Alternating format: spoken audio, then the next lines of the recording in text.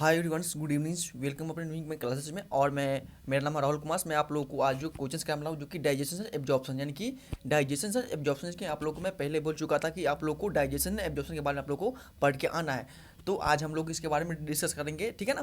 तो डाइजेशन से जितना भी क्वेश्चन होगा, डाइजेशन मतलब पाचन तंत्र, ऑब्जॉर्प्शन में अवशोषण से जितना भी आपका क्वेश्चन होगा, multiple question choice, previous year question और जो इस साल पूछे एमसीक्यू होगा, आपका कंप्लीटली आपको मिलने वाला है इस क्लास में, जो कि इस चैप्टर का नाम है डाइजेशन है एब्जॉर्प्शन।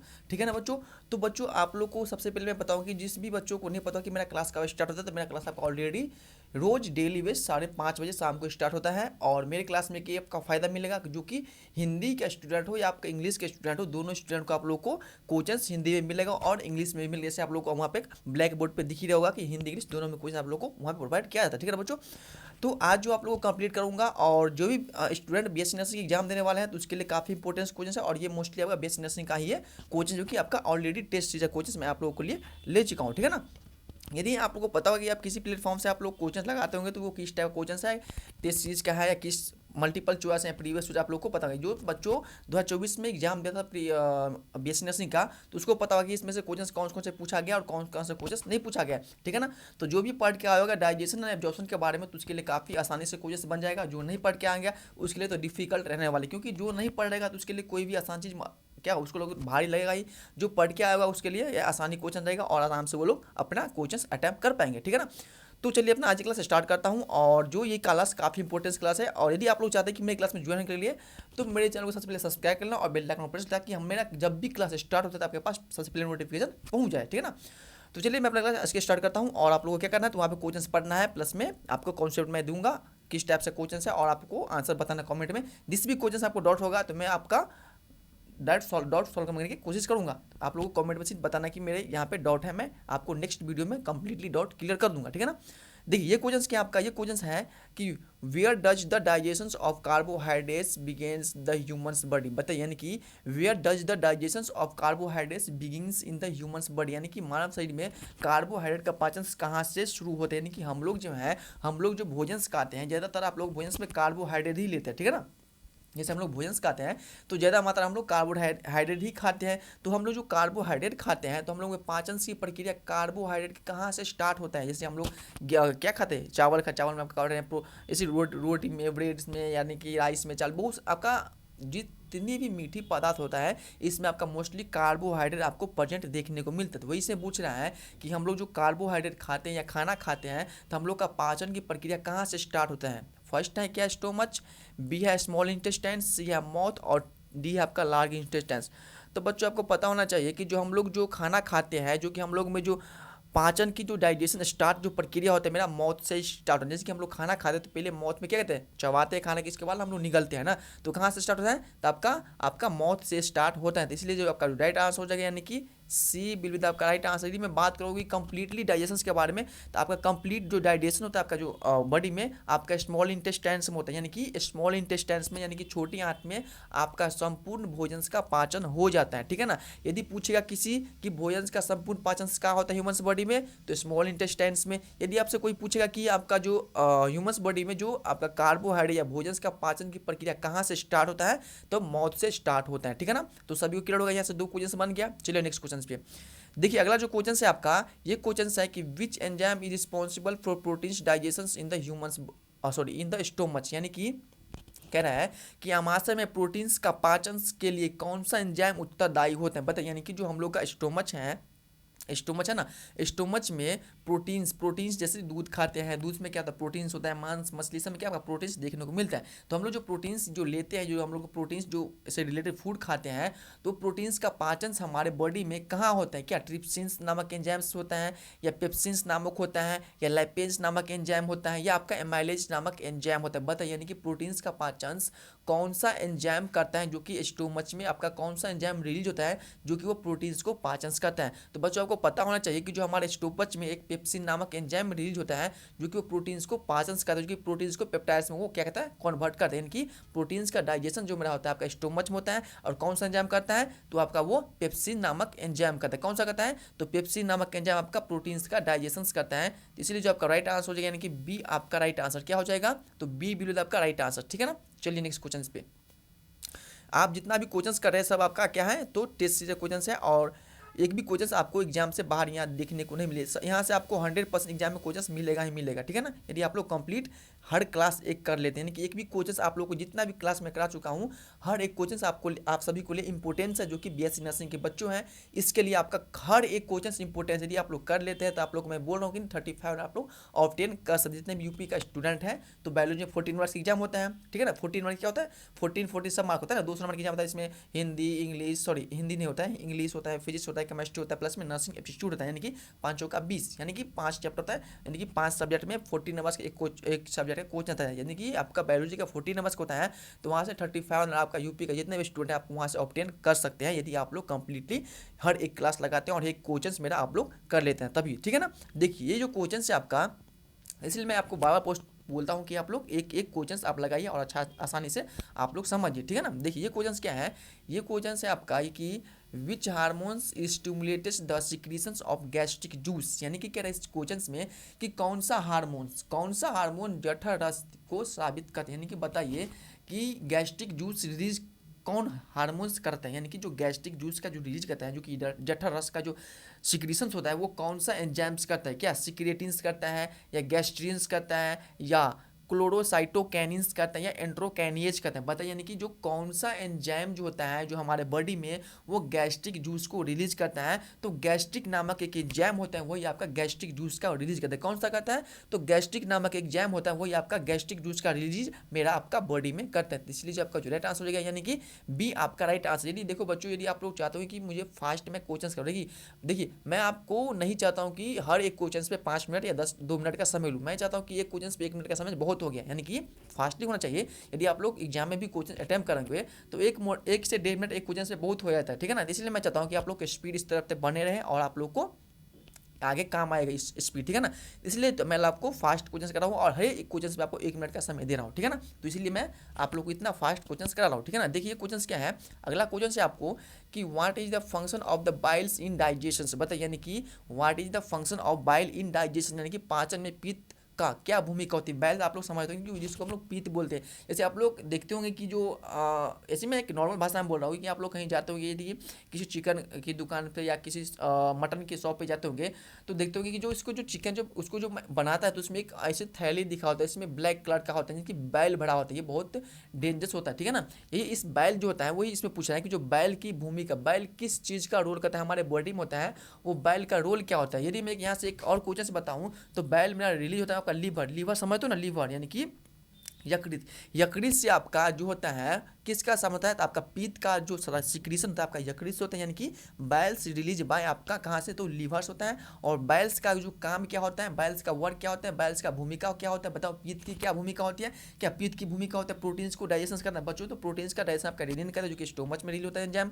एमल्सिफिकेशन होता है या ब्रेक डाउन ऑफ स्टार्च हो जाए, आपका सिक्रीशन ऑफ पेप्सिन्स बताए कौन सा हो जाए, यानी कि स्टार्च का, यानी कि पीत का जो भूमिका क्या होता है, पीत का क्या भूमिका होता है, तो बच्चों पीत का जो भूमिका होता है आपका वो क्या होता है, तो इमल्सिफिकेशन ऑफ फैट, यानी कि वो फैट का डाइजेशन करने के, फैट को ब्रेक डाउन करने के लिए आपका वो पीत का काफ़ी इंपॉर्टेंट रोल होता है। इसलिए जो आपका जो राइट आंसर यानी कि इमल्सिफिकेशन ऑफ फैट, यानी कि जो फैट को डाइजेशन करना या फैट को इमल्सिफिकेशन करना, फैट को ब्रेक डाउन करना, ये सब किसका काम होता है, आपका वो पीत का काम होता है, जिसको हम लोग बोलते हैं क्या बोलते हैं, तो बैल बोलते हैं। यदि इससे आपको यहाँ से एक और क्वेश्चन पूछ होता है कि बैल स्टोर कहाँ होता है, तो बच्चों बैल जो मेरा स्टोर होता है, मैनली बैल को जो स्टोर आप लोग समझते हो ना, यानी कि आप लोग कहीं घर में स्टोर रूम होगा, स्टोर रूम में क्या होगा, हर चीज़ अनाज पानी दिस डैट आप लोग वहाँ पे रखे होंगे। तो इसी तरह से पूछ रहा है कि जो बैल का स्टोर कहाँ होता है, तो बैल का जो स्टोर होता है आपका गॉल ब्लैडर, यानी कि जो एक गॉल ब्लैडर होता है वही गॉल ब्लैडर में आपका पीत स्टोर होता है। जैसे आप लोग देखते होंगे पीत की थैली, इसी पीत की थैली को ही हम लोग बोलते हैं क्या, गॉल ब्लैडर, इसी में आपका पीत इकट्ठा होता है। तो वही से यहाँ से आपका कितना क्वेश्चन आ गया,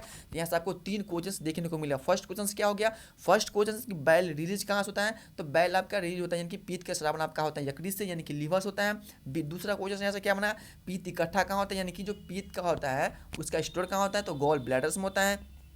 तीसरा क्वेश्चन क्या बन गया, तीसरा क्वेश्चन आपको यहाँ से ये बन गया कि जो पीत जो होता है, पीत का वर्क क्या होता है, पीत का भूमिका क्या होता है, तो पीत का जो भूमिका होता है वो फैट को डाइजेशन करना, फैट को इमल्सिफिकेशन करना, फैट को ब्रेक डाउन करना। देखो यहाँ से कितना क्वेश्चन बन गया। इसलिए मैं बोलता हूँ कि हर एक क्वेश्चन को कॉन्सेप्ट बाय कॉन्सेप्ट करिएगा तो यहाँ से 2 से 3 क्वेश्चन हर एक क्वेश्चन पे बनता ही बनता है, ठीक है ना। इसलिए आप लोग को आराम से क्वेश्चन लगाना है और एक एक क्वेश्चन को समझना है बारीकी से, किस टाइप्स का क्वेश्चन है, ठीक है ना। देखिए नेक्स्ट क्वेश्चन पे, देखिए आपका जो अगला क्वेश्चन है, ये अगला क्वेश्चन क्या है, देखिए ये क्वेश्चन क्या है, देखिए आप लोग को धर फड़ाना नहीं है, काफ़ी फास्ट नहीं करना है, आप लोग को ए बी करके आंसर नहीं लगाना है कि ए हो जाएगा बी हो जाएगा, ऐसे में ए बी करते रह जाओगे भर दिन, यानी कि आपको सिर्फ क्वेश्चन को समझो फिर आपको आंसर बताना है, ठीक है ना। देखिए अगला क्वेश्चन क्या है, अगला क्वेश्चन कि what does the maximum absorption of the nutritions occurs, बताइए यानी कि अधिकतम पोषण तत्व का ऑप्शन क्या होता है, यानी कि अधिकतम यानी कि maximum absorption of nutrients, nutrients समझते हैं आप लोग, पोषक तत्व, यानी कि जो हम लोग खाना खाते हैं तो वो पोषक तत्व है ना, उसी को हम बोलते हैं न्यूट्रिएंट्स बोलते हैं, यानी कि पोषक तत्व को हम लोग बोलते हैं न्यूट्रिएंट्स, यानी कि इसमें बोल रहे हैं कि जो पोषक तत्व का अब्सॉर्प्शन क्या होता है, न्यूट्रिएंट्स का एब्जॉर्प्शन क्या होता है बताओ, यानी कि स्टोमच में होता है, स्मॉल इंटेस्टाइन्स में होता है, लार्ज इंटेस्टाइन्स में होता है, इसोफेगस में होता है। तो बच्चों यदि पूछेगा आपका जो न्यूट्रिशंस का एब्जॉर्प्शन क्या होता है, यानी कि आपका भोजन का, यानी कि जो अब्सॉर्प्शन क्या होता है, पोषक तत्व का अब्सॉर्प्शन क्या, जो एब्जॉर्प्शन समझते हो ना, एब्जॉर्प्शन अब्सॉर्प्शन, तो आपका स्मॉल इंटेस्टाइन्स में आपका जो होता है वो आपका एब्जॉर्प्शन होता है, कहाँ होता है, तो स्मॉल इंटेस्टाइन्स में आपका न्यूट्रिएंट्स का एब्जॉर्प्शन होता है, तो इसलिए जो आपका राइट आंसर हो जाएगा, यानी कि बी आपका राइट आंसर, बी विल आपका राइट आंसर, भी क्लियर होगा। चलिए नेक्स्ट क्वेश्चन पे, देखिए अगला क्वेश्चन आपका क्या है कि what is the function of the enzymes lipase, यानी कि लाइपेज एंजाइम्स का कार्य क्या होता है बताओ, लाइपेज जो एंजाइम्स होता है उस एंजाइम्स का वर्क आपको पता नहीं, यानी कि लाइपेज एंजाइम हमारे शरीर में किस चीज़ का काम करता है, किस टाइप का काम करता है, कि ये प्रोटीन्स को पाचन में लाइपेज एंजाइम काम करता है, या स्टार्च को पाचन में लाइपेज एंजाइम काम करता है, या फैट को डाइजेशन की जो वसा को पाचन में इसका महत्वपूर्ण रोल है, या न्यूक्लिक एसिड एंड डाइजेशन, यानी कि न्यूक्लिक एसिड्स को पाचन करने में आपका जो होता है वो लाइपेज का काफ़ी इंपॉर्टेंट रोल है। तो बताओ बच्चों कि लाइपेज का हमारे बॉडी में, लाइपेज नामक एंजाइम जो होता है उसका क्या रोल होता है हमारे बॉडी में, क्या उसकी भूमिका होता है, क्या इसका कार्य होता है। तो लाइपेज का जो काम होता है आपका वो फैट को, यानी कि फैट को डाइजेशन करना, यानी कि फैट को डाइजेशन करना किसका काम होता है, तो लाइपेज फैट का डाइजेशन करने का काम करता है, और फैट को इमल्सिफिकेशन से काम करता है, बाइल्स करते हैं, समझ गए ना क्या हो गया। तो फैट को डाइजेशन से काम करने के लिए यानी कि लाइपेज हो जाएगा, या इमल्सिफिकेशन, इस सबका रोल होता है, समझ गए, सबका एक टाइप्स का सबका रोल होता है, उसके अपना वो रोल की तरह वो अपना वो वर्क करता है, ठीक है ना। तो इसमें क्या हो जाएगा आंसर, यानी कि लाइपेज यानी क्या होता है आपका फैट का डाइजेशन, यानी कि वसा का पाचन करने के लिए लाइपेज हो जाएगा। यदि आपसे पूछेगा कि फैट का इमल्सिफिकेशन कौन करता है तो आपका कौन सा बैल्स इमल्सिफिकेशन करता है, समझ गए ना। चलिए नेक्स्ट क्वेश्चन पे, देखिए अगला क्वेश्चन क्या है आपका, अगला जो क्वेश्चन है ये क्वेश्चन क्या है, देखिए ये क्वेश्चन क्या है, ये जो क्वेश्चन है, एक मिनट रुक जाए, हाँ अगला क्वेश्चन क्या है, ये क्वेश्चन है कि विच ऑर्गन्स प्रोड्यूस बाइल्स, बताइए, यानी कि मैं आपको पहले बता चुका हूँ कि बाइल्स कहाँ से रिलीज होता है, यानी कि पीत कहाँ से स्रावित होता है, तो मैं आपको पहले बता चुका कहाँ से होता है, स्टोमा से पीत रिलीज होता है, या पेनक्रियास से होता है, या स्मॉल इंटेस्टाइन से होता है। तो आपका जो पीत यानी कि जो पीत बोलते हैं, यकृत बोलते हैं, हाँ यकृत सही है, यानी कि जो पीत का जो आपका जो सिक्रीशन होता है, यानी कि जो बाइल समझते हो ना, बाइल पीत को इंग्लिश में हम लोग बोलते हैं बाइल, यानी कि बाइल का जो सिक्रीशन होता है आपका कहाँ से होता है, तो आपका लीवर से होता है, कहाँ से होता है, तो लीवर से ही आपका बैल का सिक्रीशन होता है, जिसको हम लोग बोलते हैं यकृत बोलते हैं, क्या बोलते हैं, तो यकृत। इसीलिए आपका जो राइट आंसर हो जाएगा, यानी कि बी आपका राइट आंसर, यानी कि लीवर से आपका बैल रिलीज होता है, यानी कि यकृत से आपका पीत का श्रावण होता है, समझ गए। चलिए नेक्स्ट क्वेश्चन पे, अगला क्वेश्चन क्या है, देखिए नेक्स्ट जो क्वेश्चन है आपका, ये क्वेश्चन देखिए क्या है, ये क्वेश्चन है कि which part of the digestion systems absorption water and minerals, यानी कि इसमें कह रहा है कि which part of the digestive systems absorption water and minerals, यानी कि पाचन तंत्र का कौन सा भाग जल और खनिज का अवशोषण करता है। तो बच्चों ये बहुत इंपॉर्टेंट क्वेश्चन से पूछा है इस क्वेश्चन में कि पाचन तंत्र, इसमें कह रहा है कि पाचन तंत्र का ऐसा कौन सा पार्ट है जिसमें जल का भी अवशोषण होता है, प्लस में किसका होता है, यानी कि आपका न्यूट्रिशन यानी कि मिनरल्स अवशोषण, यानी कि खनिजों का वो अवशोषण करता है। बताओ कौन सा हो जाएगा, यानी कि हमारे बॉडी में ऐसा कौन सा डाइजेस्टिव सिस्टम का पार्ट है जिसमें वाटर का अवशोषण होता है, प्लस में क्या होता है, तो इसमें खनिज का अवशोषण होता है। तो बच्चों आपको पता होना चाहिए कि जो स्मॉल इंटेस्टाइन्स जो होता है मेरा, स्मॉल इंटेस्टाइन्स में क्या होता है आपका, स्मॉल इंटेस्टाइन्स में आपका कंप्लीटली पाचन हो जाता है भोजन का, ठीक है ना। वही जो आपका जो कंप्लीटली पाचन होने के बाद आपका जो आपका जो वेस्ट डाइजेस्टिव जो प्रोडक्ट होता है वो आपका स्मॉल इंटेस्टाइन्स में जाएगा, स्मॉल इंटेस्टाइन्स में जाएगा, प्लस इसमें स्मॉल इंटेस्टाइन्स में क्या हो जाए, स्मॉल से लार्ज इंटेस्टाइन्स में जाएगा, और लार्ज इंटेस्टाइन्स में जो होता है आपका खनिजों का अवशोषण होता है, प्लस में इसमें वाटर का एब्जॉर्प्शन होता है। इसके बाद क्या होता है आपका अल्टीमेटली एनस के थ्रू आपका जो वेस्ट प्रोडक्ट होता है, ये वेस्ट मटेरियल होता है आपका, वो बाहर बॉडी से निकल जाता है। वही से बोल रहा है कि जो वाटर का और खनिज का जो अवशोषण का होता है, तो आपका वाटर और खनिज का जो अवशोषण होता है आपका, वो आपका लार्ज इंटेस्टाइन्स में होता है। कहाँ होता है? तो लार्ज इंटेस्टाइन्स में आपका वाटर और खनिजों का अवशोषण होता है। इसीलिए जो आपका राइट आंसर क्या हो जाएगा, यानी कि बी विल बी आपका राइट आंसर, यानी कि लार्ज इंटेस्टाइन्स में होता है। ठीक है ना, सभी को क्लियर होगा ये क्वेश्चन। चलिए अगला क्वेश्चन पे देखिए। अगला क्वेश्चन क्या आपका, अगला क्वेश्चन क्या है देखिए। ये क्वेश्चन आप लोगों को कहीं भागना नहीं है, आप लोगों को कंप्लीट क्लास करना है। ठीक है ना, यदि आप लोग कंप्लीट करोगे तभी तो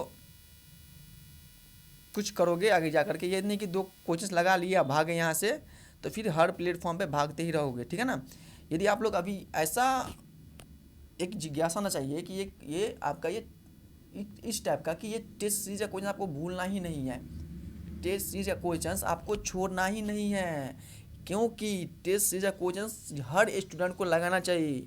यानी कि किसी टाइप्स का एग्जाम देते हैं आपको, तो टेस्ट सीरीज क्यों कराता है? टेस्ट सीरीज इसीलिए देता है ना, क्योंकि आप लोग को अच्छे से कॉन्सेप्ट क्लियर हो, और क्वेश्चंस किस टाइप से आता है एग्जाम में, इस टाइप्स का सेम जो टेस्ट सीरीज का क्वेश्चन होता है, उसी सेम टाइप का क्वेश्चन आपको नर्सिंग जो एग्जाम होता है, या जिस भी कंपटीशन का एग्जाम होता है, जिस भी कंपटीशन एग्जाम का टेस्ट सीरीज स्टार्ट होता है, उसमें सेम टाइप्स का क्वेश्चन आपको एग्जाम में देखने को मिलता है। इसीलिए टेस्ट सीरीज करवाया जाता है स्टूडेंट को, और हर एक स्टूडेंट को लिए ये बहुत इंपॉर्टेंस क्वेश्चन से जाता है। और ये बहुत इंपॉर्टेंस की बात है जो कि टेस्ट सीरीज आप लोग को ज्वाइन करना ही चाहिए। विदाउट टेस्ट सीरीज के आप लोग अच्छी परफॉर्मेंस नहीं कर पाओगे, इसीलिए आप लोगों को टेस्ट सीरीज करना ही करना है। ठीक है ना, देखिए अगला क्वेश्चन से आपका है कि which enzymes convert proteins into lactose. यदि हम लोग जो पढ़ रहे थे नर्सिंग एग्जाम दे रहे थे, तो हम लोग हर एक प्लेटफॉर्म पे जाकर के मैंने टेस्ट सीरीज लगाया हूँ। ठीक है ना, यदि मैं यूपी का जो नर्सिंग एग्जाम में मैं तैयारी कर रहा था जिस समय, तो मैं एक टेस्ट सीरीज ज्वाइन किया था। जितना भी प्लेटफॉर्म होता है, मुझे जितना लगा कि अच्छा है, हर एक प्लेटफॉर्म पे लगा कि फ्री टेस्ट सीरीज ज्वाइन की, ना कि पैसा वाला,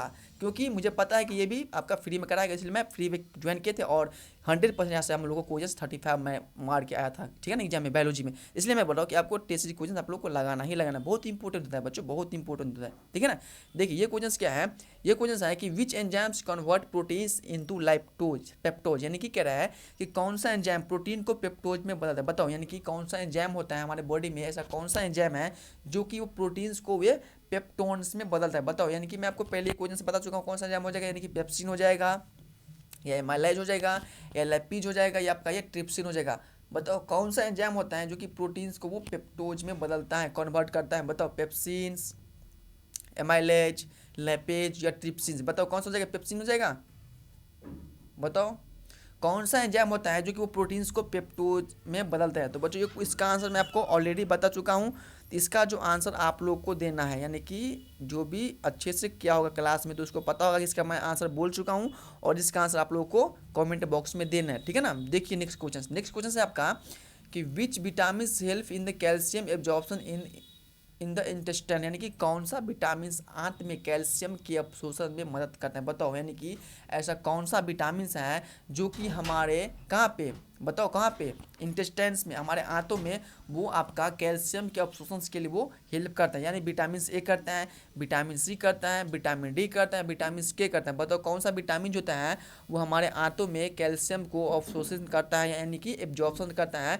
यानी कि आपका जो विटामिन हो जाएगा, यानी कि आपका कौन सा, तो आपका विटामिन डी होता है, वही आपका कैल्शियम का एब्जॉर्प्शन करता है। कहाँ पे, तो आपका आंतों में करता है। आंत में कौन करता है विटामिन का अवशोषण, यानी कि कैल्शियम का अवशोषण कौन सा विटामिन करता है हमारे आंतों में, तो आपका विटामिन डी, यानी कि आपका जो राइट आंसर हो जाएगा सी बिल आपका राइट आंसर। देखो मैं जो फर्स्ट क्वेश्चन छोड़ा हूँ, मैं आपको ये क्वेश्चन लगभग मैंने 4-5 क्लास में कराया हूँ, 4-5 क्लास में इसी सेम क्वेश्चंस करा हूँ। इसलिए मैं बोल रहा हूँ कि इसका आंसर आप लोग को देना, क्योंकि आप लोग इतने दिन से क्लास कर रहे होंगे तो आपको पता होंगे ना कि प्रोटीन्स को पेप्टोन में कौन से कन्वर्ट करता है। इतना इजी क्वेश्चंस है, इसलिए इसका आंसर आप लोग को बताना है। ठीक है ना, चलिए नेक्स्ट क्वेश्चन पे देखिए। अगला क्वेश्चन से क्या है, अगला क्वेश्चन है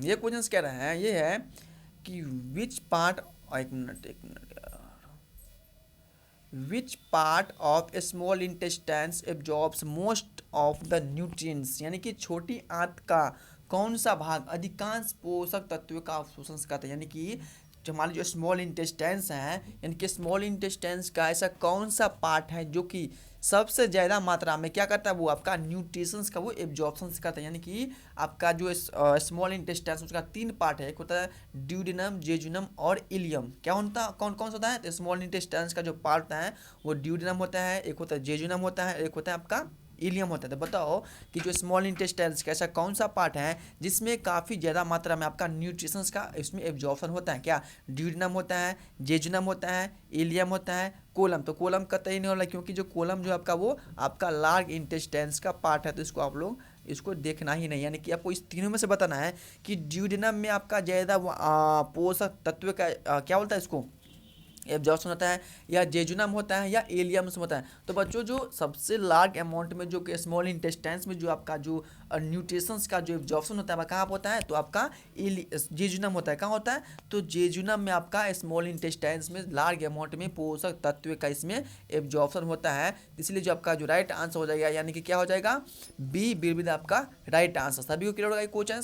चलिए नेक्स्ट क्वेश्चन पे देखिए, अगला क्वेश्चन क्या है, वे हैं कि which enzyme is not secreted by the pancreas. बताइए, यानी कि निम्नलिखित में से कौन सा एंजाइम अग्न्यास से आप लोग समझते हैं ना, जिसको हम लोग पेनक्रियाज बोलते हैं। पेनक्रियाज जैसे कि आपका स्टोमच से नीचे में प्रेजेंट हो, यानी कि स्टोमच है ना, स्टोमच के जस्ट नीचे में आपको पेनक्रियाज देखने को मिलेगा। इसने बोल रहा है कि जो पेनक्रियाज होता है वो कौन सा एंजाइम आपका रिलीज नहीं करता है। बताओ कौन सा रिलीज नहीं करता है, क्या ट्रिप्सिन नहीं करता है, या पेप्सिन नामक एंजाइम नहीं करता है, या एमाइलेज नामक नहीं करते हैं आपका, या लैपेज नामक एंजाइम आपका पेनक्रियाज रिलीज नहीं करता। बताओ क्या,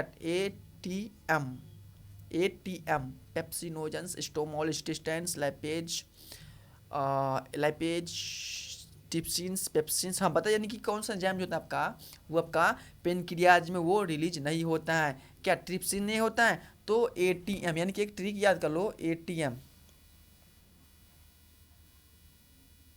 यानी कि ए से क्या हो जाएगा, तो एमाइलेज आपका पेनक्रियाज से रिलीज होता है। एक होता है टी से क्या होता है, तो ट्रिप्सिन आपका पेनक्रियाज से होता है। एक होता है एटीएम एमाइलेज ट्रिप्सिन, और एक होता है कौन सा होता है, एमाइलेज ट्रिप्सिन, और एक होता है हमसे मेल्टोज नामक कुछ इसी टाइप का एग्जाम होता है, वो आपका रिलीज होता है, यानी कि एटीएम। हाँ, यानी कि कौन सा होता है, ट्रिप्सिन होता है, या पेप्सिन होता है, या एमाइलेज होता है, या आपका लैपेज होता है। यानी कि इसको छोड़ो, मैं आपको जो पढ़ाऊंगा ना तब मैं बताऊंगा, मुझे याद नहीं आ रहा है, बट इसमें याद था कि एटीएम होता है, एमाइलेज ट्रिप्सिन, और एक मल्टोज टाइप कुछ एंजाइम होता है, बट याद नहीं आ रहा है। और इसको छोड़ो, इसको अभी नहीं देखना है, ठीक है ना, इसको अभी नहीं देखना है। इसमें आपको बताना है सिर्फ क्या कि कौन सा एंजाइम होता है जो कि आपका वो आपका पेनक्रियाज से रिलीज नहीं होता है। क्या ट्रिप्सिन नहीं होता है, या पेप्सिन नहीं होता है, या एमाइलेज नामक एंजाइम रिलीज नहीं होता है, या आपका लैपेज नामक एंजाइम आपका पेनक्रियाज से रिलीज नहीं होता है। बताओ कौन सा एंजाइम आपका पेनक्रियाज से रिलीज नहीं होता है, बताइए कौन सा नहीं होता है, जल्दी से बताइए कौन सा जगह, यानी कि कौन सा एंजाइम आपका पेनक्रियाज से रिलीज नहीं होता है। तो बच्चों को पता होना चाहिए कि जो पेनक्रियाज से जो मेरा रिलीज कौन सा एंजाइम नहीं होता है, बताइए कौन सा हो जाएगा, तो पेप्सिन नामक जो एंजाइम होता है आपका वो पेनक्रियाज से रिलीज नहीं होता है। कौन सा हो जाएगा, तो पेप्सिन नामक जो एंजाइम होता है आपका वो पेनक्रियाज से रिलीज नहीं होता है। तो इसलिए जो आपका जो राइट आंसर है, यानी कि बी बिल्कुल आपका राइट आंसर। देखिए मैंने क्वेश्चंस में पिछले क्वेश्चंस लगता हूँ छोड़ा था, कौन सा भी मैं आप लोगों को एचडब्ल्यू में कौन ये दिया था, हाँ यह दिया था कि कौन सा एंजाइम्स प्रोटीन्स को पेप्टोज में बदलते हैं, प्रोटीन्स को पेप्टोज में। तो प्रोटीन्स को जो पेप्टोज में बदलने का जो मेरा वर्क होता है आपका वो पेप्सिन नामक एंजाइम्स का कौन सा हो जाएगा, तो पेप्सिन नामक एंजाइम्स का जो काम होता है आपका प्रोटीन से पेप्टोज में पेप्टोज से वो कन्वर्ट करता है, ठीक है ना। चलिए नेक्स्ट देखिए, ये भी हो गया, ये भी हो गया, ये है। हाँ ये क्वेश्चन क्या है, देखिए ये क्वेश्चन है आपका, ये है कि which part of the digestive system secreted hydrochloric acid. यानी कि इसमें कहना है आपको कि पाचन तंत्र का कौन सा भाग हाइड्रोक्लोरिक एसिड का वो रिलीज करे। यानी कि बताओ कि आपका पाचन तंत्र का कौन सा भाग है जो कि वो हाइड्रोक्लोरिक एसिड को रिलीज करता है। तो आप लोग को पता होना चाहिए कि जो हाइड्रोक्लोरिक जो रिलीज होता है आपका वो स्टोमस से रिलीज होता है। कहाँ होता है, तो स्टोमस से आपका हाइड्रोक्लोरिक नामक एसिड रिलीज होता है। तो ज़्यादा आपको देखना नहीं है, सिर्फ आपको लगाना है सी बिल्कुल आपका राइट आंसर, स्टोमच होता है, स्टोमस से ही आपको हाइड्रोक्लोरिक नामक एसिड आपका रिलीज होता है। नेक्स्ट क्वेश्चन क्या है, तो नेक्स्ट क्वेश्चन है आपका कि which enzyme is salivary help in the start digestion. बताइए यानी कि लार में कौन सा एंजाइम, लार समझते हो ना कि आप जो मुख से जो आपका लार साबित होता है, यानी कि टैलिन से रिलीज होता है, यानी कि जो लार में जो ऐसा कौन लार में कौन सा एंजाइम स्टार्च के पाचन में हेल्प करता है, बताओ। यानी कि स्टार्च के पाचन में ऐसा कौन सा लार एंजाइम आपका हेल्प करते हैं? पेप्सिन्स करता है, ट्रिप्सिन्स करता है, सलाइवरी एमाइलेज करता है, या आपका लाइपेज करता है? तो जो हमारे लार में जो एंजाइम्स होता है कौन सा होता है? तो सलाइवरी एमाइलेज नामक जो लार में एंजाइम होता है वही स्टार्च को क्या करता है, वो डाइजेशन में हेल्प करता है। कौन सा करता है? तो आपका सलाइवरी एंजाइम्स। कौन सा करता है? तो सलाइवरी एंजाइम्स में आपका स्टार्च को डाइजेशन में इसका हेल्प होता है, ठीक है ना। चलिए नेक्स्ट क्वेश्चन पे देखिए। अगला क्वेश्चन क्या आपका, आज ये खत्म हो जाएगा, एक ही क्लास में खत्म हो जाएगा। कहाँ भाग ये क्वेश्चन, देखिए अगला क्वेश्चन से आपका, देखिए ये क्वेश्चन क्या है। ये जो क्वेश्चन है कि which cells in the stomach secreted pepsinogens, बताइए। यानी कि हमारे स्टोमच में कौन सा सेल्स प्रेजेंट है जो कि वो पेप्सिनोजेंस वो सिक्रीशंस करता है। यानी कि अमाशय की कौन सी कोशिका पेप्सिनोजेंस का वो श्रावण करते हैं, बताइए। यानी कि जो हमारे स्टोमच में ऐसा कौन सा सेल प्रेजेंट है, सेल समझते हो ना, कोशिका। यानी कि हमारे पेट में कौन सा कोशिका जो उपस्थित है जो कि वो आपका पेप्सिनोजेंस को वो स्रावित करता है। क्या पेरेंटल सेल्स होता है, या चीफ सेल्स हो जाएगा, या गोबाल्ट सेल हो जाएगा, या कुफर कोशिका हो जाएगा, बताओ। यानी कि कौन सा हो जाएगा, बताओ। कौन सा सेल्स जो होता है हमारे स्टोमच में प्रेजेंट है जो कि वो पेप्सिनोजेंस को वो रिलीज करता है? तो बच्चों चीफ सेल जो होता है हमारे स्टोमच में, एक चीफ सेल्स प्रेजेंट है जिसको हम बोलते हैं मुख्य कोशिका। क्या बोलते हैं? मुख्य कोशिका प्रेजेंट है, वही आपका पेप्सिनोजेंस का वो रिलीज करता है। तो आपका जो राइट आंसर हो जाएगा बी विद आपका राइट आंसर, चीफ सेल्स ही होता है जो कि आपका स्टोमच में आपका पेप्सिनोजेंस को वो रिलीज करता है। चलिए नेक्स्ट क्वेश्चन पे।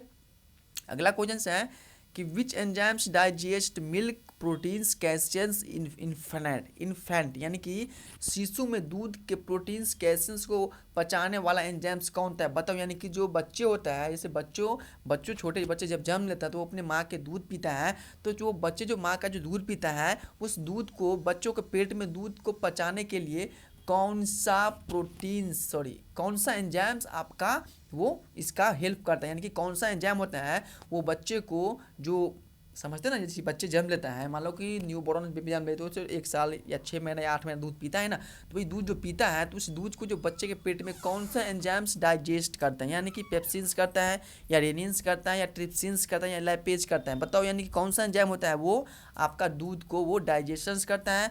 तो रेनिन्स नामक जो एंजाइम्स होता है जो कि हमारे पेटों में, यानी बच्चों को पेटों में वो आपका वो दूध का वो पाचन करता है। कौन सा करता है? तो रेनिन्स नामक एंजाइम्स होता है वही आपका मिल्क को वो डाइजेस्ट करता है, यानी कि उसको पचाता है, समझते हो ना, पचाता है, उसको मसलता है, पीसता है, ठीक है ना। देखिए अगला क्वेश्चन पे। अगला क्वेश्चन है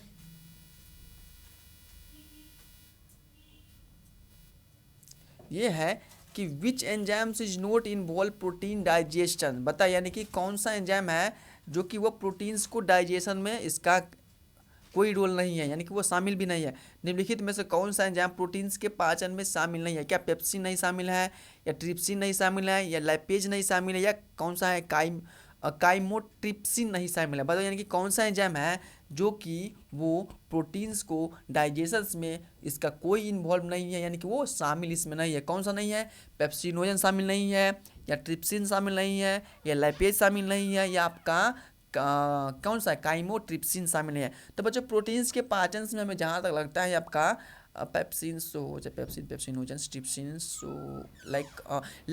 लाइपेज नामक जो एंजाइम होता है वो आपका लगता है प्रोटीन्स के डाइजेशन में आपका क्या होता है, तो वो शामिल नहीं होता, लगता है ना हमें, तो लाइपेज ही होगा। तो वैसे में आपका लाइपेज हो जाएगा जो कि प्रोटीन्स को डाइजेशन में वो इन्वॉल्व नहीं होता है। बट इस क्वेश्चन को आप लोग एक बार देख लीजिएगा कि इसका आंसर क्या हो जाएगा। मैं वहाँ से हमें तो लगता है कि लाइपेज ही होगा जो कि प्रोटीन्स को पाचन में लाइपेज नामक इसका एंजाइम्स का कोई रोल ही नहीं होता है, ठीक है ना। तो इसका आंसर सी बिल्कुल आपका राइट आंसर है। लेकिन बट आपको इस क्वेश्चन को आप लोगों को एक बार इस क्वेश्चन को सर्च मार के गूगल पर देखना है कि ऐसा कौन सा एंजाइम होता है जो कि वो आपका किस में पाचन नहीं करता है।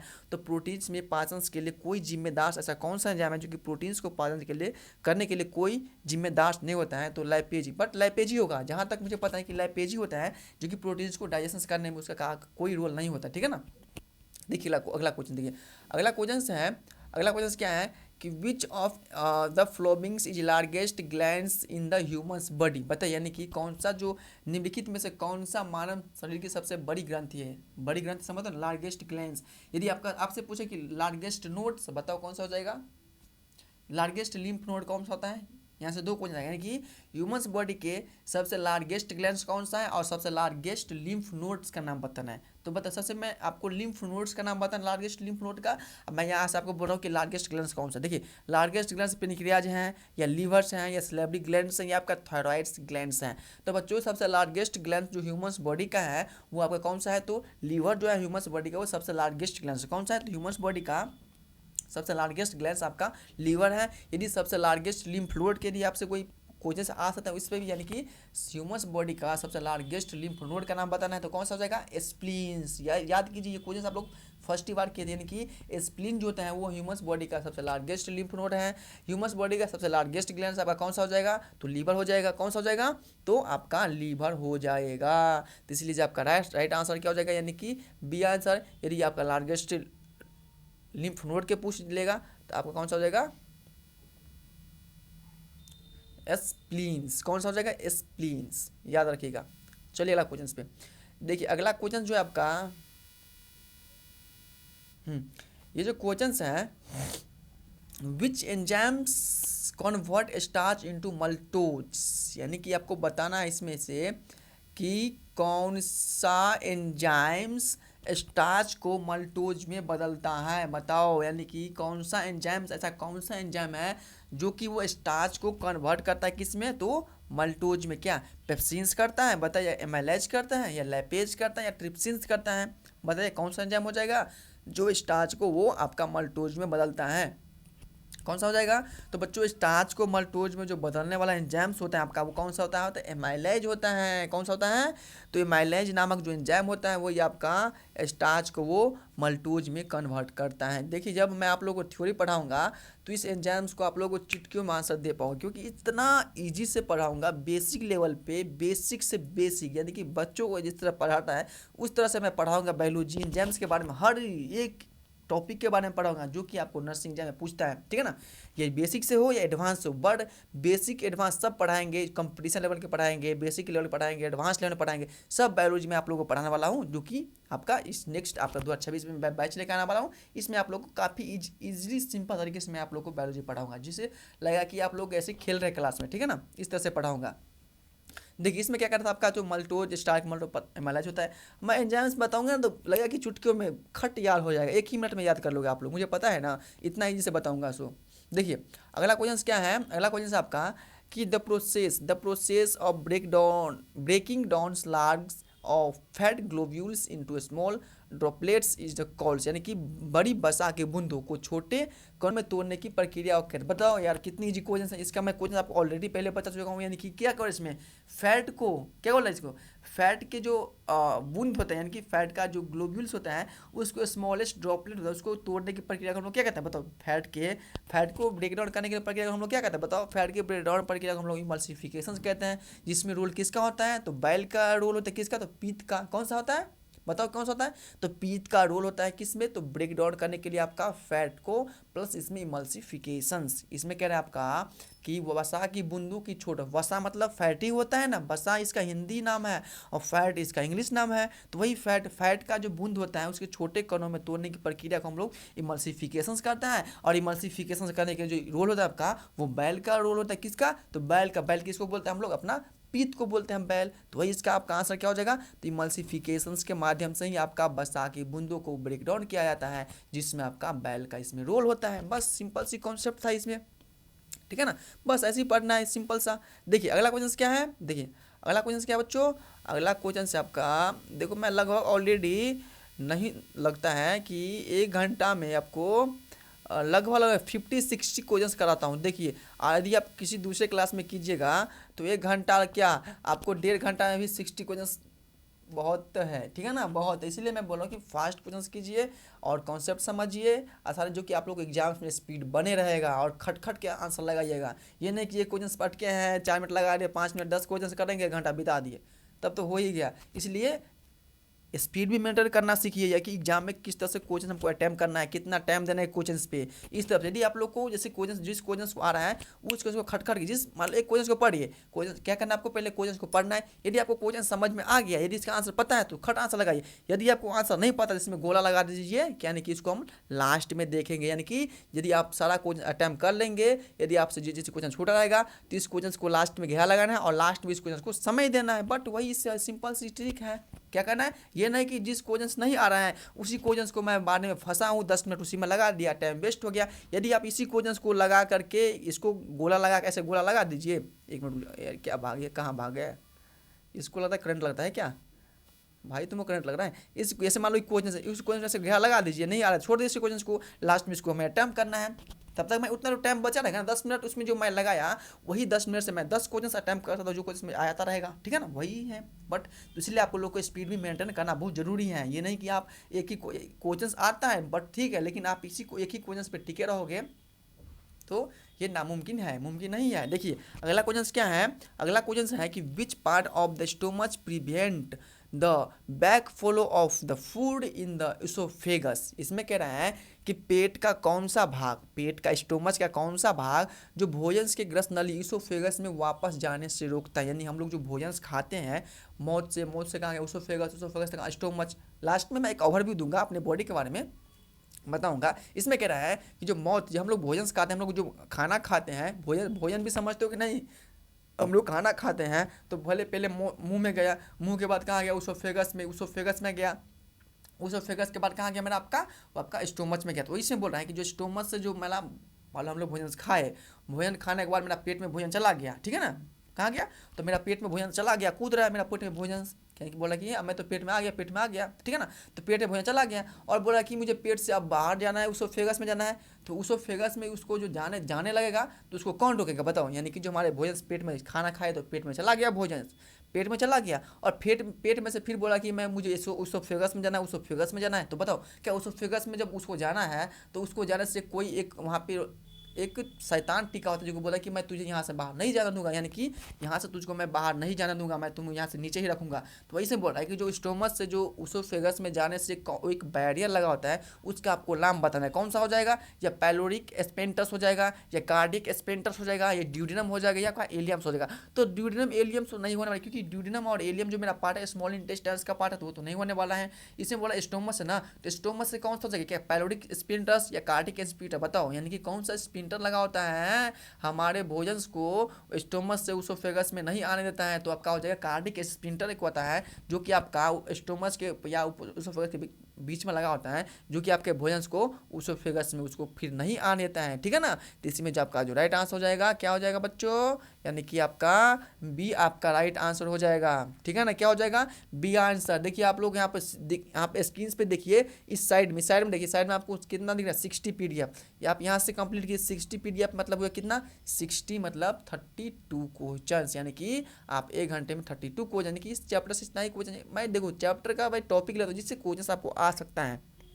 ठीक है ना, उस टॉपिक बेस पे मैं आपको क्वेश्चन डालता हूँ। ये नहीं कि आपका भरा पड़ा डाल दिया, लगाते रहिए, आया है नहीं अलग बात है, ठीक है ना। देखिए अगला जो आपका क्वेश्चन जो आपके एग्जाम के लिए लेवल का क्वेश्चन है, जो एग्जाम में पूछेगा वही क्वेश्चन मैं आप लोगों को करा रहा हूँ, ठीक है ना। देखिए ये जो आपका क्वेश्चन है, मैं कुछ बिहार वालों के लिए भी क्वेश्चन कराऊंगा बायोलॉजी का, सोच रहा हूँ इसका मैं आपका बना ही रहा हूँ, क्वेश्चन कंप्लीट हो जाएंगे तो मैं डाल दूंगा शॉर्ट क्वेश्चन। और आप लोग जो है ना मेरे टेलीग्राम से ज्वाइन कर लीजिए तो काफ़ी ज़्यादा बेनिफिट रहेगा, यानी कि आपका वीडियो के डिस्क्रिप्शन बॉक्स में आप लोग को मेरे टेलीग्राम का लिंक मिल जाएगा। यदि आप लोग टेलीग्राम पे ज्वाइन कर लेते हैं तो मैं आप लोगों के लिए इस क्वेश्चंस का PDF भी डाल दूंगा, या इस क्लास का भी डाल दूंगा, और जो क्वेश्चंस आता है जो कि और एक्स्ट्रा क्वेश्चंस मैं आप लोग को इस क्या बोलता है टेलीग्राम पे मैं ऐड कर दूंगा। यदि आप लोग ज्वाइन करना चाहे तो ज्वाइन कर लीजिएगा, वीडियो के नीचे में मिल जाएगा लिंक डिस्क्रिप्शन बॉक्स में, ठीक है ना। देखिए अगला क्वेश्चन क्या आपका अगला क्वेश्चन है कि विच एंजाइम इज रिस्पॉन्सिबल नहीं रिस्पॉन्सिबल होता है भाई, responsible, which enzyme responsible for the digestion of nucleic acids DNA and RNA. बताओ, यानी कि इसमें कह रहा है कि डीएनए और आरएनए न्यूक्लिक एसिड के पाचन के लिए कौन सा जिम्मेदार होता है। बताओ, यानी कि डीएनए और आरएनए जो न्यूक्लिक एसिड होता है उसको जो डाइजेशन करने के लिए कौन सा एंजाइम जिम्मेदार होता है। क्या पेप्सिन होता है, या न्यूक्लिएज होता है, या लैपेज होता है, या आपका ट्रिप्सिन होता है। तो बच्चों डीएनए हो या आरएनए हो या न्यूक्लिएज होता है, उसको जो डाइजेशन करने के लिए एंजाइम होता है आपका वो न्यूक्लिएज नामक होता है। कौन सा होता है? तो न्यूक्लिएज नामक एक एंजाइम में रिलीज होता है, वही आपका इसका डाइजेशन करता है। इसलिए जो आपका राइट आंसर हो जाएगा, यानी कौन सा हो जाएगा? तो बी आपका राइट आंसर। ठीक है ना, क्या हो जाएगा? तो बी बिल्कुल आपका राइट आंसर। ठीक है ना, चलिए नेक्स्ट क्वेश्चन पे देखिए। अगला क्वेश्चन क्या आपका? अगला क्वेश्चन है कि which of the followings is the not a digestive enzymes. यानी कि आपको बताना है कि निम्नलिखित में से कौन सा पाचन एंजाइम नहीं है। बताओ, यानी कि इनमें से बताना है कि आपका कौन सा पाचन एंजाइम नहीं है। क्या ट्रिप्सिन नहीं है, एमाइलेज नहीं है, या इंसुलिन नहीं है, या आपका लैपेज नहीं है। बताओ, यानी कि हमारे बॉडी में इस बॉडी बोला, यानी कि इस चार ऑप्शन में से आपका कौन सा पाचन एंजाइम आपको नहीं दिख रहा है। बताओ, या दिख रहा है? दिख तो रहा है पाचन एंजाइम कौन सा नहीं है? ट्रिप्सिन नहीं है, या एमाइलेज नहीं है, या इंसुलिन नहीं है, या लैपेज नहीं है। तो बच्चों पाचन जो एंजाइम्स जो मेरा आपका जो इसमें से नहीं है, आपका इंसुलिन जो है वो आपका पाचन एंजाइम नहीं है। तो इसलिए जो आपका जो राइट आंसर हो जाएगा, यानी कि सी आपका राइट आंसर क्या हो जाएगा? तो सी विल बी आपका राइट आंसर। डज नॉट पाचन enzyme, it is called as insulin. Right, next question. तुम कहाँ भाग रहे हो? अगला क्वेश्चन देखो। अगला क्वेश्चन क्या आपका? हाँ, अगला जो क्वेश्चन है आपका, ये क्वेश्चन क्या है? ये क्वेश्चन है कि वेयर इज द एंजाइम्स एंट्रोकाइनेसिस सिक्रीटेड्स। यानी कह रहे हैं कि एंजाइम्स एंट्रोकाइनेटिस कहाँ साबित होते हैं। यानी कि एंट्रोकाइनेज नामक एक एंजाइम होता है, वो कहाँ रिलीज होता है? स्टोमच में होता है, या लीवर्स में होता है, या स्मॉल इंटेस्टाइन्स में होता है, या आपका ये पेनक्रियाज में होता है। बताओ कि जो एंट्रोकाइनेज नामक एक एंजाइम होता है वो कहाँ रिलीज होता है? तो वो आपका स्मॉल इंटेस्टाइन्स में एंट्रोकाइनेज नामक एंजाइम वो आपका रिलीज होता है। कहाँ होता है? तो एंट्रोकाइनेज में आपका कौन सा एंजाइम रिलीज होता है? सॉरी, स्मॉल इंटेस्टाइन्स में कौन सा एंजाइम रिलीज होता है? तो एंट्रोकाइनेज नामक एक एंजाइम होता है जो कि आपका स्मॉल इंटेस्टाइन्स में आपका रिलीज होता है। ठीक है ना, चलिए अगला क्वेश्चन पे। अगला क्वेश्चन है आपका कि which hormones stimulates the pancreas to release bicarbonates. Which hormones stimulates the pancreas release bicarbonate. इसमें कह रहा है कि कौन सा हार्मोन्स अग्न्याशय के बाइकार्बोनेट छोड़ने के लिए प्रेरित करते हैं। बताओ कि ऐसा कौन सा हार्मोन्स है जो कि वो बोलता है कि पेनक्रियाज को कि तुम बाइकार्बोनेट छोड़ो। कौन? बताओ, यानी कि ऐसा कौन सा एंजाइम है, ऐसा एंजाइम हार्मोन्स हैं, यानी कि ऐसा कौन सा हार्मोन्स हैं जो पेनक्रियाज को बोलता है कि भाई तुम बाइकार्बोनेट को छोड़ो, उसको छोड़ने के लिए उसको मजबूर कर देता है। बताओ कौन सा एंजाइम होता है जो पेनक्रियाज को बाइकार्बोनेट छोड़ने के लिए मजबूर कर देता है। आप लोग सोचते होंगे ना, देखते हो ना कि एक ऐसा आदमी होता है गाँव घर में कि ऐसे आपको कोई गाली दे रहा है, आप बार बार सुन रहे हैं और आप लोग सुनते आप तो ज़्यादा सुनने के बाद आपको रिएक्ट करना पड़ेगा, कुछ ना कुछ तो आप तो रिएक्शंस करोगे ना, बाद में तो करना ही पड़ेगा। यानी कि एक बार दिए, दो बार दिए, तीन बार दिए, चार बार दिए, आप कितने बार आप सहन करेंगे? लास्ट में तो आपको रिएक्शन देना पड़ेगा। वही से बोल रहे हैं कि जो ऐसा कौन सा एंजाइम है जो कि पेनक्रियाज को बोलता है कि भाई तुम बाइकार्बोनेट को छोड़ो, बाइकार्बोनेट को छोड़ो। बताओ कौन सा एंजाइम बोलता है? गैस्ट्रिक एंजाइम बोलता है, या सिक्रेटिन नामक एंजाइम होता है, या क्लोरोसाइटोकैनिन नामक होता है, या आपका इंसुलिन नामक होता है। तो बच्चों आपका कौन सा एंजाइम हो जाएगा? यानी कि आपका सिक्रेटिन नामक एक ऐसा एंजाइम है जो कि बाइकार्बोनेट को बार बार धक्का देता है कि भाई तुम बाइकार्बोनेट छोड़ो, बाइकार्बोनेट छोड़ो, बाइकार्बोनेट छोड़ो। यानी कि कौन सा? तो सिक्रेटिन्स। कौन सा होगा? तो सिक्रेटिन नामक एंजाइम आपका हो जाएगा। ठीक है ना, चलिए नेक्स्ट क्वेश्चन पे देखिए। अगला क्वेश्चन क्या आपका? ये क्वेश्चन है, बस आप थोड़ा ही बच गया है। ये क्वेश्चन है, ये है कि which is the major site of proteins digestions in the body. यानी कि शरीर में प्रोटीन्स के पाचन का मुख्य स्थान कौन सा है? बताओ, यानी कि हमारे बॉडी में, हमारे शरीर में प्रोटीन्स का पाचन के लिए मुख्य स्थान कौन सा है? बताए, यानी कि माउथ है, स्टोमच है, स्मॉल इंटेस्टाइन, या लार्ज इंटेस्टाइन। तो बच्चों यदि आप लोग इतना इजी क्वेश्चन ध्यान से सुने होंगे तो इस क्वेश्चन में ऑलरेडी आप लोगों को पीछे करा चुका हूँ कि मैं आपको बोले थे कि प्रोटीन्स का पाचन कौन सा एंजाइम करता है? तो रिलीज करता है, और रिलीज कहाँ होता है? तो स्टोमच में। तो प्रोटीन का पाचन तो स्टोमच में ही होगा ना कि स्मॉल इंटेस्टाइन्स में। रिलीज हो रहा है स्टोमच में, और रेनिन जो एंजाइम है प्रोटीन्स को पाचन करता है, रिलीज कहाँ होता है स्टोमच में। तो भाई प्रोटीन्स का पाचन तो स्टोमच में ही होगा ना कि स्मॉल इंटेस्टाइन्स में, तो स्टोमच में होगा। तो वही सिंपल हो जाएगा, यानी कि प्रोटीन्स का पाचन कहाँ हो जाएगा आपका स्टोमच। यानी कि मान लो कि सब काम अपना एक ही थाली में कर रहे हैं, तो खाना मान लो कि दाल निकाला, सब्जी निकाला या पापड़ दिए, तो एक ही थाली में दिए, तो भाई खाना भी खाना है उसी थाली में, ना कि मैं दूसरे थाली में उसको पलट के खाऊंगा। बताओ, नहीं खाना है ना। जिस थाली में आप खाना निकालोगे, दाल रोटी सब्जी पिज्ज़ा वगैरह इट इज जिस दैट, यानी कि आप निकालते एक ही, जैसे आप एक थाली में सजा के खाना निकालते हो, तो भाई सजा के जो खाना निकाले तो खाना भी आपको उसी थाली में है ना कि आप दूसरी थाली में इसको पलटोगे फिर खाओगे, ऐसा तो नहीं है। तो इसे बोल रहे हैं कि भाई रिलीज आपका पाचन करता है रेनिन, और रेनिन रिलीज होता है आपका स्टोमच में, तो क्या पाचन करेगा लार्ज इंटेस्टाइन्स में? नहीं, आपका स्टोमच में करेगा। तो इसलिए आपका जो होता है प्रोटीन्स का जो डाइजेशन होता है आपका स्टोमच में ही होता है। सब बट सिंपल सी क्रिया है इसका।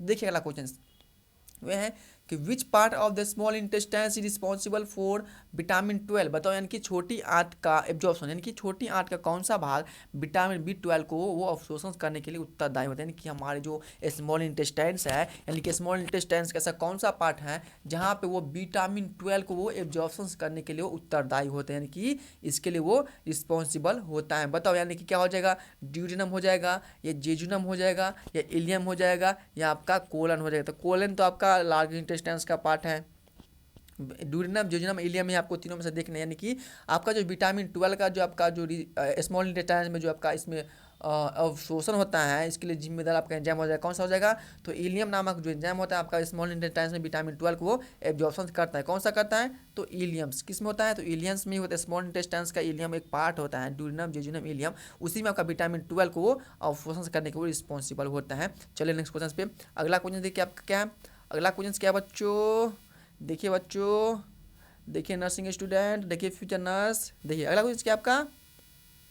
हाँ, ये जो क्वेश्चन है, ये क्वेश्चन क्या आपका, देखिए ये है कि what is the primary function of Biles. बताइए, यानी कि इसमें कह रहा है कि what is the primary function of Biles, यानी कि पीत का प्राथमिक कार्य क्या होता है। यानी कि हमारे बॉडी में जो पीत होता है उस पीत का प्राथमिक कार्य बताना है। क्या ये प्रोटीन का डाइजेशन करता है, या फैट का डाइजेशन प्लस इसमें इमल्सिफिकेशन करता है, या कार्बोहाइड्रेट को वो डाइजेशन करता है, या आपका स्टोमच या एंड एसिड को न्यूट्रलाइजेशन करता है। बताइए, यानी कि जो बाइल्स का जो प्राइमरी यानी कि प्राथमिक कार्य क्या होता है पित्त का, सबसे पहले कौन सा काम होता है, या फैट को डाइजेशन करता है, तो मैं पहले बोल चुका हूँ फैट का डाइजेशन करता है, प्लस में इमल्सिफिकेशन का वर्क करता है। तो आपका जो राइट आंसर क्या हो जाएगा, यानी कि बी विल आपका राइट आंसर, यानी कि फैट का डाइजेशन करता है प्लस में इमल्सिफिकेशन का जो वर्क होता है आपका वो प्राथमिक आपका किसका होता है, तो आपका बैल्स का ही होता है। ठीक है ना। अगला क्वेश्चन क्या है, अगला क्वेश्चन जो आपका है ये क्वेश्चन है कि वेयर, एक मिनट से इसको छोड़ा, where is the enzymes lactose produce, यानी कि लैक्टोज एंजाइम्स कहाँ उत्पादन होता है। बताओ, यानी कि लैक्टोज नामक जो एंजाइम होता है वो कहाँ उसका प्रोडक्शन होता है। क्या स्टोमच में होता है, या लीवर्स में होता है, या स्मॉल इंटेस्टाइन्स में होता है, या आपका पेनक्रियाज में होता है। तो बच्चों जो हमारे लैक्टोज नामक जो एंजाइम होता है वो आपका स्मॉल इंटेस्टाइन्स में ही बनता है, वहीं पे रिलीज होता है। यानी कि आपका जो राइट आंसर हो जाएगा, यानी कि सी विल आपका राइट आंसर। आज की क्लास की सबसे लास्ट क्वेश्चन, सबसे लास्ट PDF और इस चैप्टर कंप्लीट, यानी कि डाइजेशन एंड एब्जॉर्प्शन का जो क्लास आपका MCQ आज इस क्लास में होगा कंप्लीट, यानी कि एक ही क्लास में हो गया कंप्लीट। देखो कितना अच्छी बात है, यानी कि आपको एक ही क्लास में डाइजेशन एब्जॉर्प्शन का कंप्लीट हो गया। इससे पहले भी सर्कुलेटरी सिस्टम में कंप्लीट किया था, देखो कितना है। तो मैं एक दिन क्लास कीजिए, एक चैप्टर कंप्लीट कीजिए, और एक चैप्टर से आप 2 या 3 नंबर ऑब्टेन कीजिए। बस सिंपल सी बात है। यदि मेरा जितना भी आप क्लास लगा लोगे बायोलॉजी का मैं करवाया हूँ, तो मैं गारंटी के साथ कहता हूँ जितना भी यूपी का बच्चा है वादा के साथ नहीं 35 तो 30 नंबर से नीचे कोई नहीं रोक सकता है, यदि आप लोग कंप्लीट टेस्ट सीरीज कर लेते हैं तो गारंटी के साथ मैं कहता हूँ। ठीक है ना। देखिए अगला क्वेश्चन क्या है आज की क्लास का, यानी कि which of the followings is the disorder cause by the deficiency of lactose, यानी कि लैक्टोज की कमी से कौन सा विकार होता है। बताओ, यानी कि लैक्टोज की कमी हो जाएगा हमारे बॉडी में तो किस टाइप्स का बीमारी पकड़ता है, किस क्या होते हैं इससे, क्या पीलिया हो जाएगा, या लैक्टोज इंटरकॉल हो जाएगा, या लेप्टिक ल्यूले हो जाएगा, या अपेंडिक्स हो जाएगा। बताओ यानी क्या हो जाएगा, बताओ क्या हो जाएगा, लैक्टोज की कमी हो जाएगा, क्या हो जाएगा, बताओ लैक्टोज की कमी से क्या होता है, बताइए इसका आंसर बताइए कौन सा हो जाएगा लैक्टोज की कमी से। लैक्टोज की कमी से क्या होता है, बताइए लैक्टोज की कमी से क्या होता है, जल्दी से बताइए क्या हो जाए लैक्टोज की कमी से। तो ये दो क्वेश्चंस आप लोग को मैं दिया हो कि which digestion enzyme inactive by HCl। तो इस दोनों का क्वेश्चंस जो आंसर आप लोग को, इस दोनों क्वेश्चंस का आंसर आप लोग को कमेंट में बताना है कि क्या हो जाएगा। मैं ऑलरेडी इस दोनों का आंसर करा चुका हूँ। Which of the followings is the disorder cause by the deficiency of the lactose, यानी कि लैक्टोज की कमी से कौन सा हो जाएगा, बताइए बताओ। मैं थोड़ा हिट देता हूँ यहाँ से, आपका लैक्टोज, लैक्टोज तो इससे होगा विच ऑफ डाइजेशन HCl तो पेक, कौन सा HCl पेक, तो पेक कौन सा हो जाएगा। तो इस पे इस दोनों का ट्रिक आप लोगों को समझ लीजिए कि लैक्टोज की कमी से आप जो लैक और विच of the digestion time active HCl तो पेप। तो इन दोनों का लैप पेप आप लोग को ध्यान रख के इस दोनों का आंसर आप लोग को देना है, ठीक है ना। इस दोनों का आंसर आप लोग को देना है, लैप पेप कौन सा, तो लैप पेप। तो इसका आंसर आप लोग को होमवर्क यानी कि दो, तो दो तो आप लोग दे सकते हैं ना, दो का आंसर आप लोग को देना है। देखिए मैं एक छोटा सा ओवरव्यू लेता हूँ इसका अपने बॉडी पार्ट का। देखिए क्या है, देखिए ये जो है आपका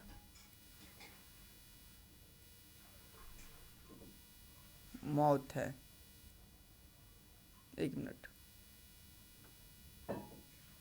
माउथ है, ये आपका उसोफेगस, उसोफेगस के बाद ये क्या होता है आपका स्टोमच, स्टोमच के जस्ट नीचे यहाँ का पेनक्रियाज, पेनक्रियाज नीचे आपका क्या हो जाएगा, एक minute, small intestines, small intestines, large intestines नीचे में, इसके बाद अल्टीमेट नीचे आपका एनस हो जाएगा, ठीक है ना। बस ये है आपका, यहाँ से HCl रिलीज होता है, यहाँ से ड्यूडेनम, जोजुनम, इलियम स्मॉल इंटेस्टाइन्स का पार्ट है, लार्ज इंटेस्टाइन का कोलम, सीलम, रेक्टम हो जाएगा। माउथ से आपका कौन सा क्या रिलीज होता है, माउथ से आपका स्टार्ट रिलीज होता है जो कि आपका भोजन को पाचन करता है। उसोफेगस आपका फूड पाइप है जिसके माध्यम से आपका स्टोमच में आपका फूड जाता है। बहुत छोटा सा ओवरव्यू दिया हूँ यहाँ से, बट इसी से रिलेटेड आपका और क्वेश्चन आज आप लोग किए हैं, इससे बाहर एक भी क्वेश्चन नहीं गए, इतनी से ही आप लोग आज क्वेश्चन कंप्लीट किया है। तो आज की क्लास में यही पेंट करूंगा और मिलते हैं नेक्स्ट वीडियो में और नेक्स्ट क्लास के साथ। यदि जिसको भी आज की क्लास अच्छा लगा होगा तो आप लोगों को सबसे पहले क्या करना है, एक लाइक तो बनता है और एक चैनल को सब्सक्राइब कर लेना और बेल आइकन को प्रेस करना है ताकि आप लोग नेक्स्ट क्लास अच्छे से ज्वाइन कर पाए और आप लोग अपने फ्री टेस्ट सीरीज का बेनिफिट ले सके। तो ठीक है ना बच्चों, और अपने दोस्तों को भी शेयर करो जो कि जिसको लगाना है क्वेश्चंस, और ये भी अपना फ्री टेस्ट का आनंद लेंगे और अच्छे से वो कंप्लीट चैप्टर करेंगे, प्लस में अपना मार्क ऑब्टेन करेंगे एग्जाम में और काफ़ी बेस्ट परफॉर्मेंस रहेगा उसका। यदि आप लोग कर लोगे तो बेस्ट परफॉर्मेंस आप लोगों को 100% रहेगा, एक गारंटी के साथ है। और मिलते हैं नेक्स्ट क्लास में, तब तक लेता रहा, बाय बाय, टेक केयर, अपना पढ़ना और अपने देना, ठीक है ना बच्चों। मिलते हैं नेक्स्ट क्लास में, ओके 5:30 बजे अपने टाइम पे।